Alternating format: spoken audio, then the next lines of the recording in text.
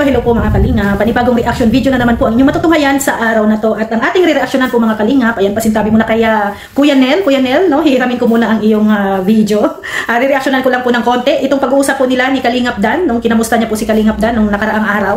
No? At syempre, no, dito ay bigyan po natin ng konting reaction yung mga si Kalingap Dan, no? May napansin ako dito sa mukha ni Kalingap Dan, no? Sa kanyang pag-amin dito sa interview ni Kuya Nel sa kanya. So kung ano ito, tara, panoorin po natin. Ito, yung travel niyo pala sa Manila, kamusta yun? Bitin bro, bitin bakit ulit?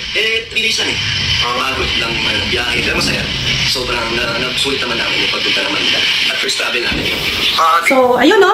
So, una-una kinamusta ni Kuya Nel ang travel, no, trip to Manila nila nung Velvet, ano nga nila, business trip. So, yun, nabibitin si Kalingap Dan.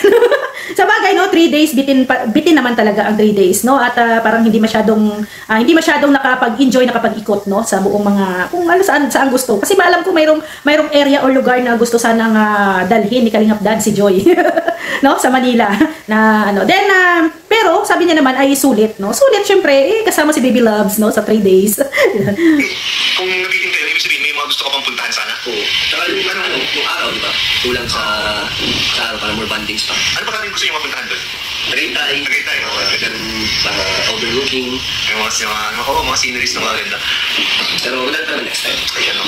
Pero bro, so ayun pala, no, isa sa mga gusto sana puntahan ni Kalingap Dan ay yung Tagaytay, then yung overlooking. Tama naman, no? Mas maganda at romantic naman talaga pag pumunta sila sa view, no, na overlooking, na kitang-kita ang buong Kamanilaan, 'di ba? No, yung buong Maynila ay kitang-kita lalo na pag gabi, 'di ba? At syempre ano do 'yun, no? Yung umaga busy, no, sa gabi. So yung oras, no, medyo habol-habol din po sila sa oras. No, yun. Kaya medyo bitin talaga, no, ang kanilang banding ni Joy. Then mainit din sa social media yung latest upload ni Kalingap. Yung latest upload sa Dan Joy na ang daming nagulat nung sa simula pa lang kasi yung simula nagluluto ka ng breakfast. Ay, prepare ka. Naganda ako siya ng breakfast kasi siya yung pinakalit na nagising sa mga angel. Ang ganda nung ano. Ay, grabe. Sana all. Sana all, pinaghahandaan ng breakfast.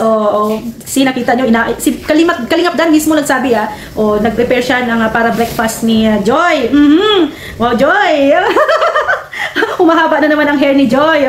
Breakfast with Kalingap Dan, no? Preparation with Kalingap Dan. Kasi, bakit? Ano nakita mo? Parang nakikita ko sa mga movie. Alam mo yung mga bagong kasal. Tapos, kinamagahan, maunang gumising yung lalaki, pagluluto, paghahanda yung babae. Di ba? Parang gano'n. Kala ko sa TV ko lang yung mapapanood talaga sa mga pelikula. Pero nakita ko dun sa nakakalit ka na. Hindi naman ako gano'n. Sabi ko, sa mga napapanood ko lang, pero ako hindi naman gano'n. So, ano nagustuhan mo? Ang ganda, ang ganda. Sobrang natural lang, no? Oo, tsaka meron pa din sila dito napansin sa... So, ito, no, napapansin nyo po sa mukha ni Kalingap Dan, tuwing tinatanong talaga siya ni Kalingap Nel tungkol sa nangyari, no, doon, sa kanilang banding sa Manila, yung ngiti niya, iba-iba ang ngiti, ang saya ni Kalingap Dan, no, at dito nakikita talaga natin na nai-excite din siya palagi. Sa episode na yun, yung ba nag-I love you ka kay Joy? Nag-I love you kay Joy, tapos parang hindi agad sumagot si Joy, parang napansin nila, nagtampo ka ba doon? Ano lang, nahiya kasi tinawanan niya. Kasi hindi naman kami laging sweet lagi ngayon. So, hindi ba nagtampo, parang inaano lang, kasi alam tinawanan niya lang. Parang naiwan ka ba na hanging? Naman sa nagantay ng sagot niya. Pero, narinig din naman yung sagot. Bro, hindi lang isang beses sumagot, bro. Ano? 2 beses nag-I love you to sa'yo. Bawing ka na. Ay, grabe, ayun, bawing-bawi si Kalingap Dan. Kahit, siguro naman, siguro kung nag-I love you siya kay Joy, no? Sa tingin, siguro sa pakiramdam ni Joy, or ano ba ito? Nabigla din, no? Nabigla din siguro si Joy, kaya siguro yung response ni Joy, medyo tumawa. Pero kay Kalingap Dan, seryoso na pala yun. Naghihintay ng sagot, then yung sagot pala daw ni Joy sa kanya ay tawa. Pero, ano naman siya, no? Siguro, intindi na lang si Joy, kasi di ba, syempre, hindi sila ganon, hindi sila laging ganon, na nag-I love you-han siguro. Siguro then marami pang nakakakita o nakakarinig doon, no, na mga kasama. Kaya siguro medyo si Joy din ay medyo naiilang din ng konti, di ba, kung ano ang i-response niya kay Kalingap Dan. Kaya siguro yung response ay tawa, pero bawing-bawi naman kasi 2 beses naman ang response ni Joy na I love you too. So busog na. Effective yung yung kunyari nagtatampo. Inuulit yung sagot. So, effective daw pala yung kunwari daw na nagtatampo. Aba, Kalingap Dan ha. May mga ka na ngayon ha. May mga ganun ka ng kumbaga experiment. Nag-experiment yata ito, no? So effective yung kunwari nagtatampo daw. Naalala ko, nabanggit ko dun sa vlog na first time ninyo magkasama ni Joy. Sa travel. Grabe. Anong feeling ngayon na first time nyo magkasama? Ano pa nga yun, parang hindi ko siya travel as Kalingap kasi ano para sa Velvet Box. So parang business trip, no? Business trip. Pero masaya, kahit ano naman, bitin yung araw, sulit lang kasi syempre araw-araw yung kasama nyo nakikita. Masaya. Ano yung feeling na ngayon, pag nagta-travel is meron ka lang binabantay-bantayan, di ba? Masaya kasi anytime gusto mo kausapin mo, nakakabi mo.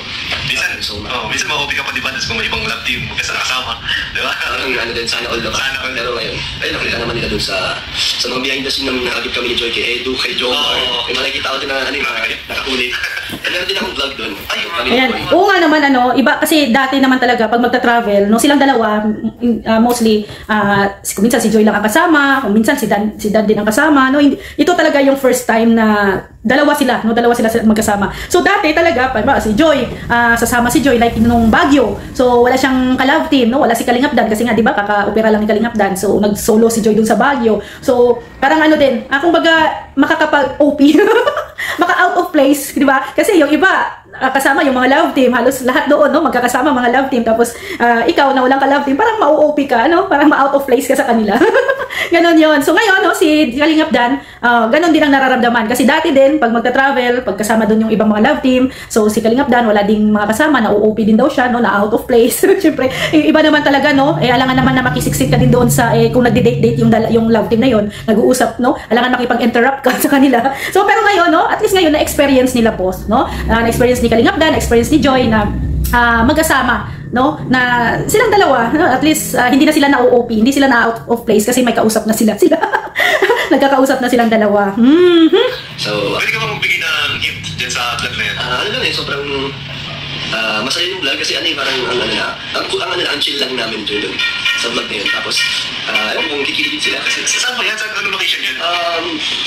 Saan ba? Parang nahalo-halo ko na. Iba-ibang lugar? Iba-ibang lugar na para... Sabi naman kasi ni Kalingap Club na i-vlog namin yung mga love team namin para mapasaya din namin yung mga viewers na bigyan kami ng chance na masama sila sa channel namin. Kaya salamat kay Insa. Nakakatawa si Kalingap Club, talagang supportive siya sa inyo. Oo, talagang siya pa nagsabi na yan, tsaka pati sa mga viewers, gusto ni Kalingap Club, masaya yung mga viewers. Kaya kahit kayo, pwede kayong mag-vlog sa mga kanya-kanya ninyong kalab. Para sa mga nag-iintay. Kaya nga, thank you kay Kalingap Club. Thank you Kalingap Club. Sana meron ulit. Sana sa susunod. Kaya next brother sabi, mukhang Boracay na ako, Kalagwas. Sana tuloy na kahit Kalagwas. Kahit saan basta magkasama lang kami, okay na. Ay, grabe! Kahit saan, basta magkasama lang sila. Ganyan din, no, mga Danjoy Natics ay ganyan din ang wish, no. Kahit saan, Kalingap Dan, kahit saan kayong lugar, no, ang mahalaga ay magkasama kayo, masaya kayo, no, ni Joy. Okay na. Masaya naman, kahit di kami magkatabi. Nakikita naman, dahil nakikita. Ayun. So, may pa naman pala ako Kalingap Dan. Itong nakaraan, may nakita kasi akong post. Dali. Ano ba yun? Nakalimutan sa akin. Anong post? So, yung pala Kalingap Dan, may nakita kasi ako itong nakaraan. Parang post ng Velvet Box. Tapos, nakita ko yung pangalan ninyong dalawa sa comment section. Nako, grabe yung langgam. Nagpa-comment ka si Chairman? Actually, nakita ko din yun. Isa din ako doon sa nilanggam. Ang dami nating nilanggam, doon sa, yun, sa post na ng Velvet.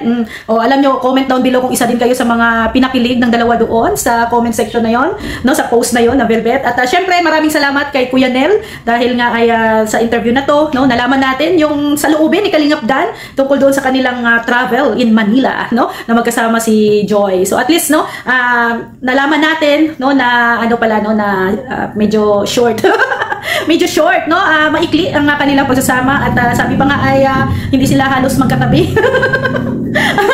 No? At syempre masaya na tayo doon, mga Danjoy Natics natin. At syempre naman, no, at full support naman tayo sa kanilang dalawa. Ano man ang mangyayari, no, ups and downs, nandito lang tayo mga Danjoy Natics, no, sumusuporta kay Kalingap Dan at kay Joy Diwata. At syempre sana ay marami pang mga trip, no, na magkasama ang Danjoy. At syempre sana ay matuloy na rin yung inaasam-asam ng lahat, no, ang sabi daw ay Boracay or Calagwas or any beach, di ba?